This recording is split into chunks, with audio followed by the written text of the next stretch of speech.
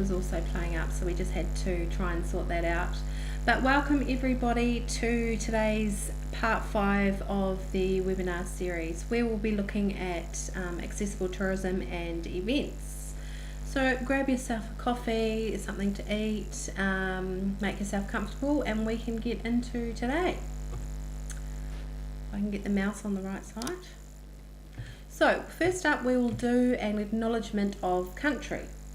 30-foot drop acknowledges the traditional owners of country throughout Australia and recognises their continuing connection to land, waters and the community. We pay our respects to the Indigenous people, their cultures and beliefs, to both the elders past and present.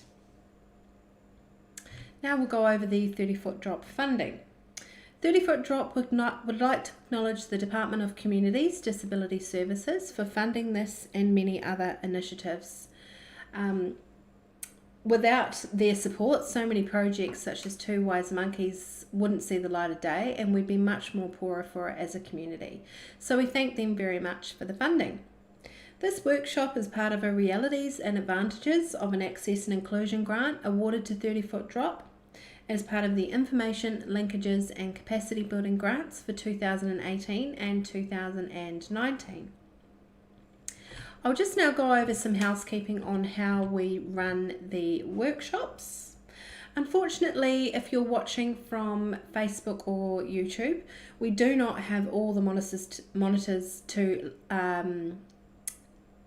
sorry, I just got a bit stuck there, to monitor all of the live streaming platforms. So if you're watching off Facebook or YouTube, you won't be able to send me a direct message. So if you'd like to send me a direct message on anything that we've spoken about, just follow the link below this video, which is www.30footdrop.com.au/live.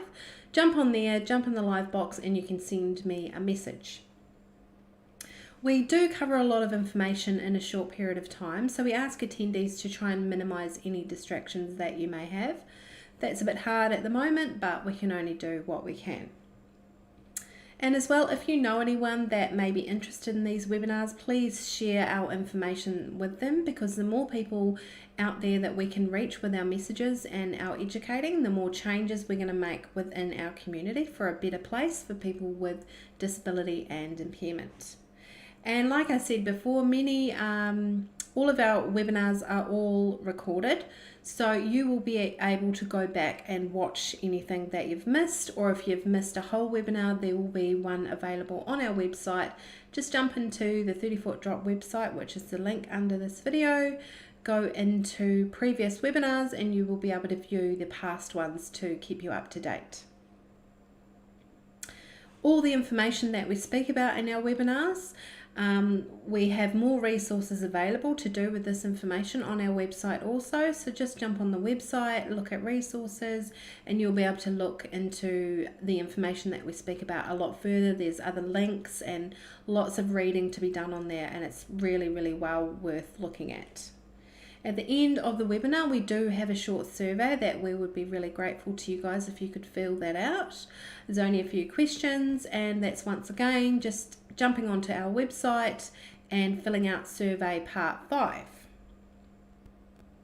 Now, let me introduce myself. I'm Lisa, and I'm one of the Two Wise Monkeys. I am Hear No Evil, and the other monkey is Ben, and he is See No Evil. He is the brains and the director of this project and the 30-foot drop projects. Because Ben has a visible disability and he's also lived without that disability, he's seen both sides of the coin, I guess you could say, where once he was in a wheelchair, he realised that people just don't actually understand. They're not educated enough around disability impairment. So that's why we do what we do, to educate people around disability impairment so they know how to approach things better, or things to look out for to make changes for an accessible and inclusive business. So we hope that you enjoy it. I am Lisa, and my impairment is more of a hidden one, and probably many of my friends don't even know that I have it. I was born 10 weeks premature, and with premature births there can be complications, and at the age of 8 I was diagnosed with mild dyslexia. Teachers used to hit me on the head, read out my low marks, yell at me in front of my classmates. What's wrong with you? Why don't you understand? Making me feel completely dumb and unworthy. But despite these challenges growing up, I was so determined to prove them wrong and not let them get me down. And luckily enough for me, at the age of 13, I realised, hey, I actually am okay at drawing and art and all of that kind of thing. And I did better than my classmates at something. So that gave me a real boost of confidence and self-assurance. So I used that to my advantage, and I got 90%. In photography, art, all sorts of things. I did really well. And then I went on to going to get a arts diploma and a picture framing diploma and a fine art diploma where I can frame and look after museum grade artwork. I've been gallery manager, exhibition manager, organised exhibitions and all of that, done the marketing, everything for it, which I really loved, and it's taken me all around the world. So, if you do struggle from a disability or something like that, impairment, a learning impairment, please don't let that impairment bring you down, because you will be good at something. It's just a matter of finding it and following that passion and believing in yourself. So I hope that after listening to me that you'll feel a bit more confident, because you will have something that you are good at, and it's just a matter of following your dreams. So when you look at the monkeys, you've got see no evil, hear no evil. Isn't there meant to be a third monkey? Where is speak no evil? Speak no evil today is you guys. The aim of today's workshop is to turn you into that wise monkey. You'll begin on a journey of realizing, impairment or not, we are all human and deserve to be acknowledged and treated in the same way as anyone else. Such an important message. And on our website, we do have these gorgeous t-shirts available if you did want to purchase one, your very own Speak No Evil. They're available in black and white from size kids size 5 to 5XL adult size. They're really comfortable and really popular. So jump on the shop and have a look if you would like one of those. Right, so now what are we up to? Outline and method. So how are we going to get you started on the path of a wise monkey? Well, there's a lot to learn about people with impairment and their potential impact on your business. First up, we're going to look at the most recent Australian research so that you can understand the size of the accessible tourism market in WA. This is an exciting market to learn about, especially if you are watching today, because you're going to be able to make those changes that are necessary to grab that new market. And especially with what's going on with COVID, so many people have lost customers and markets, and this is a new market that you might want to start looking at. This market has definitely been forgotten, so let's have a look at the lost market, and please along the way ask yourself, is your business meeting the needs for people with disability and impairment and the tourism part of the market? After this, we will then be breaking it down into segments, and we will examine the characteristics and habits of it. To finish off, we will do an open forum where you guys can ask any questions at the end, but please feel free along the way, if you do have any questions, to jump on and ask anything. None are off limits. So how are we going to cover this, and what is our teaching method? The answer is fun, open and honest discussion. If we can't be open and honest about the changes that need to be made around disability and impairment, then changes aren't going to be made. We need to educate people. We need to nicely let people know, hey, your business, I came to your business and I couldn't actually get in the door because it wasn't very accessible. Just letting people know that it wasn't accessible, or you didn't quite feel included, because people aren't going to change if they don't know. So it's all about education. You'll notice that there is very little written content on the slides, and that's so that we can all interact easily with each other. And here at the Two Wise Monkeys, we don't believe in death by PowerPoint. There's not too much information where it's complicated. You having to read and keep up with the screen and all of that sort of thing. And if you are watching with a hearing or vision impairment, it's a little bit easier for you to follow along than trying to keep up with all this wording and too many colors and stylized script and stuff like that. So it's nice and simple for everyone, and that's how we need society to be as well. If you do have a hearing impairment though, and you're finding it hard to hear, you can jump over to our 30-foot drop Facebook page, and this will be live on the page. So turn that down and you will be able to get subtitles. So that's a great thing that Facebook have done. And let's hope other platforms start following Facebook in doing so. Now I'm going to go over some terminologies that people often get mixed up, and that is the difference between disability and impairment and access versus inclusion. First up, I will talk about an impairment. An impairment is an injury, illness, or congenital condition that causes or is likely to cause a loss or difference of psychological or physiological function. In short, your impairment is your medical diagnosis. So my impairment is mild dyslexia. A disability, on the other hand, is the loss or limitation of opportunities to take part in society on an equal level with others due to social and environmental barriers. It is, as the word implies, something that makes you unable to access or participate in something. Disability, unable to participate. So something that would disable someone with a learning disability would be that too much wording, stylized script, or too much complex information can make it hard for people with a learning disability to understand, which then means they're not getting the right information or understanding the information on your website, meaning that you are potentially losing them as a customer because they're not understanding. It's too hard.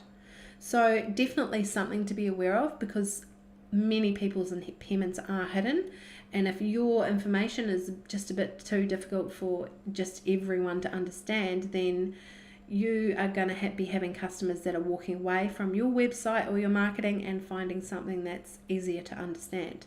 So something to keep in mind. Let's now look at access versus inclusion. Access refers to the removal or reduction of physical barriers to participate in activities and functions of a community. At its core, access focuses a lot on the physical world around us and can be easily assessed with a checklist. So you need to make sure, is your restaurant or your cafe accessible to people with a mobility scooter, people with an impairment or a disability? Can they actually get into your business? And if you want to check if your business is accessible, you can jump onto our website, which is the 30-foot drop link below this video. And under resources, we have an accessibility checklist. So you can check, are your door frames wide enough for someone using a wheelchair? Are your door handles at a level that everyone can reach?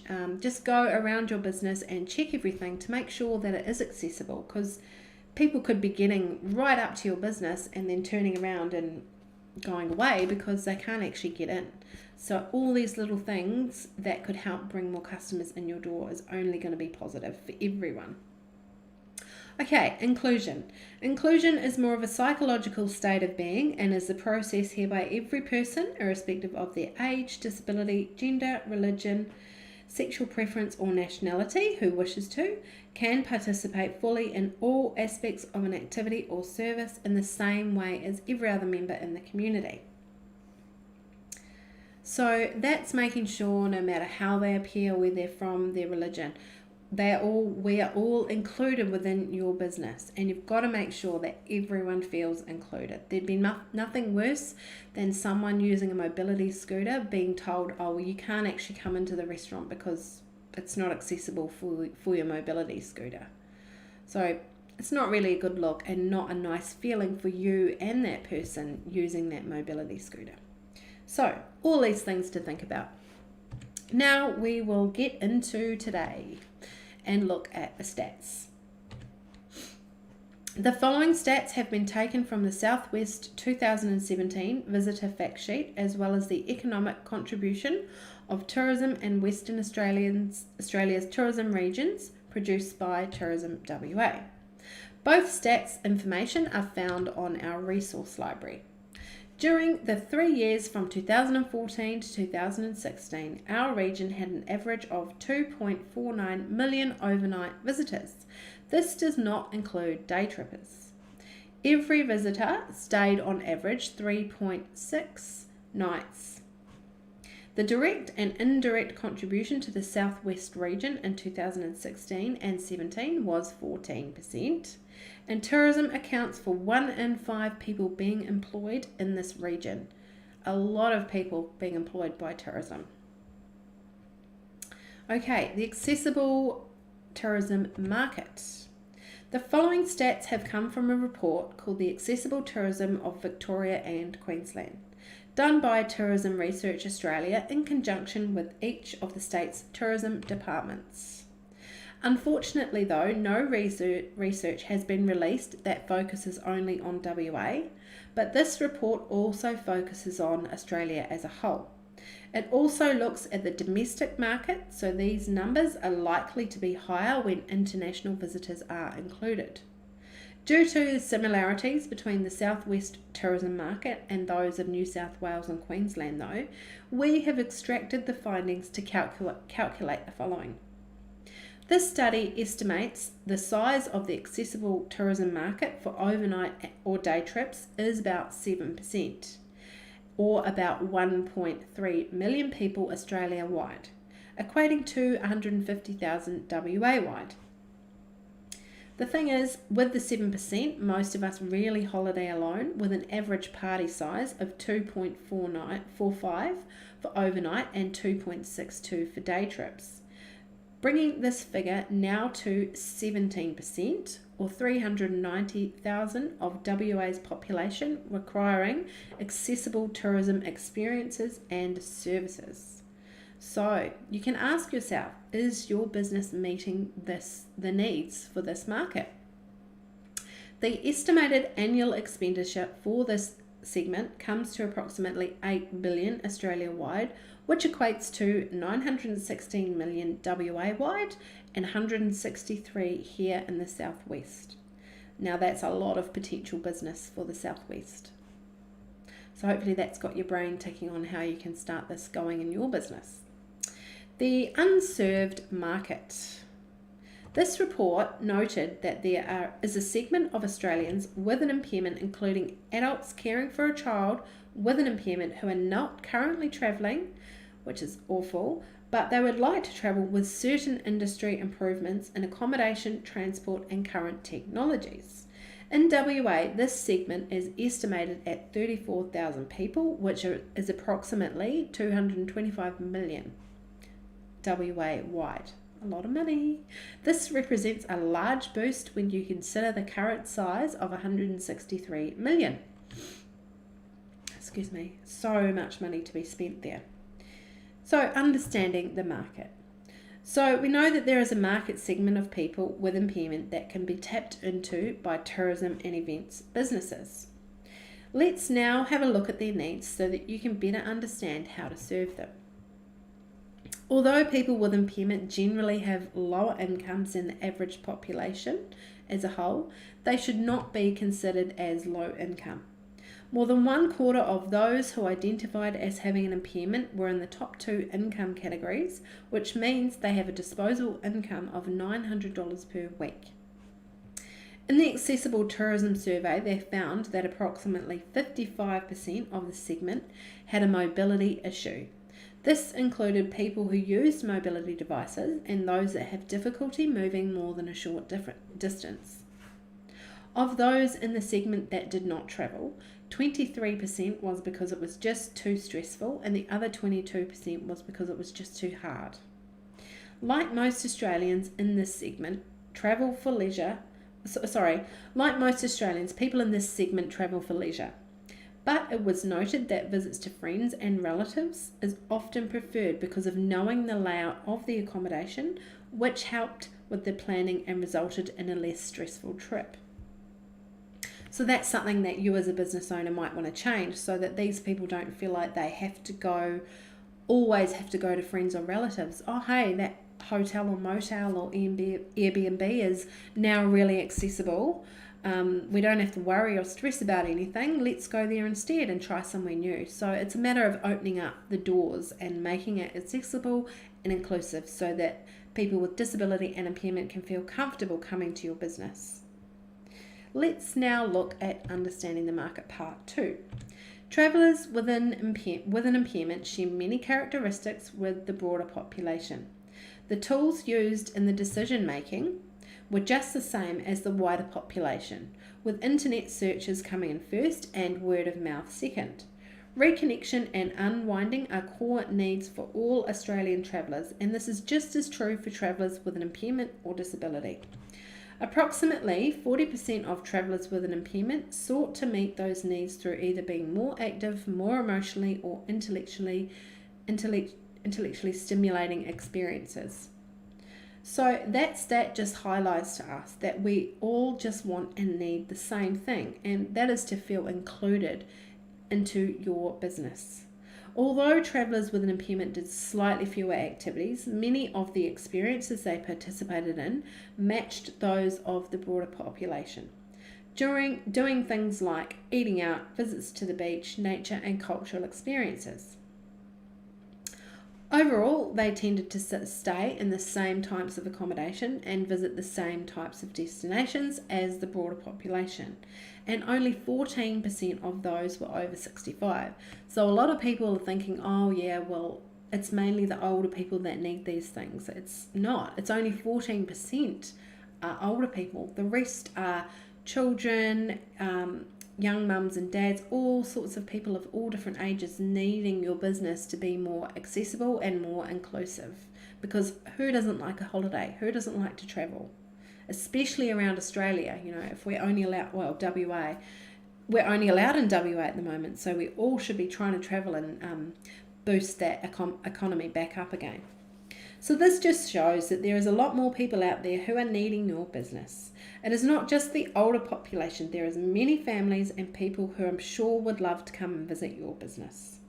So such an important message, especially for what's going on now. We need to spend money in our own country and our own region because, we're not doing very good at the moment. The whole world isn't.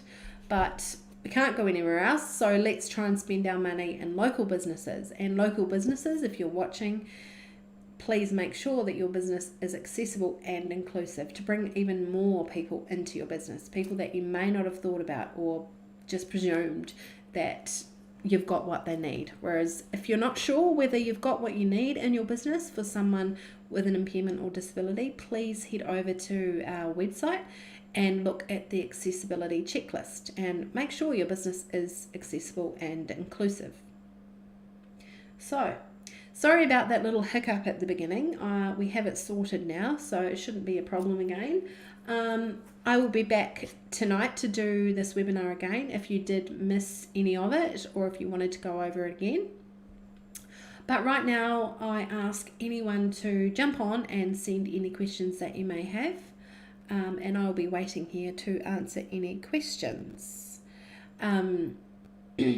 So I will see you guys in a few minutes, and anyone else that has to go, it's nearly lunchtime, you might be hungry, please jump on the website and fill out the Tapping in Part 5 survey before you go. But if you do have a question, please send it in now and I will be back soon. See you soon.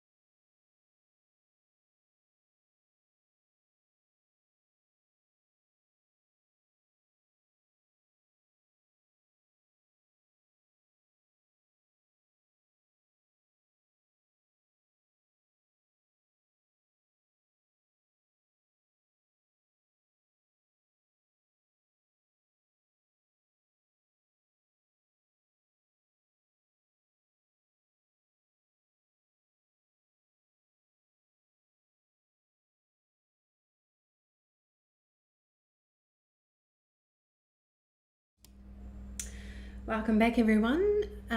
Today we have no questions, so that is fine. If you know anyone that may benefit from this morning's webinar, please send them over tonight at 6 p.m. and I will be doing it again.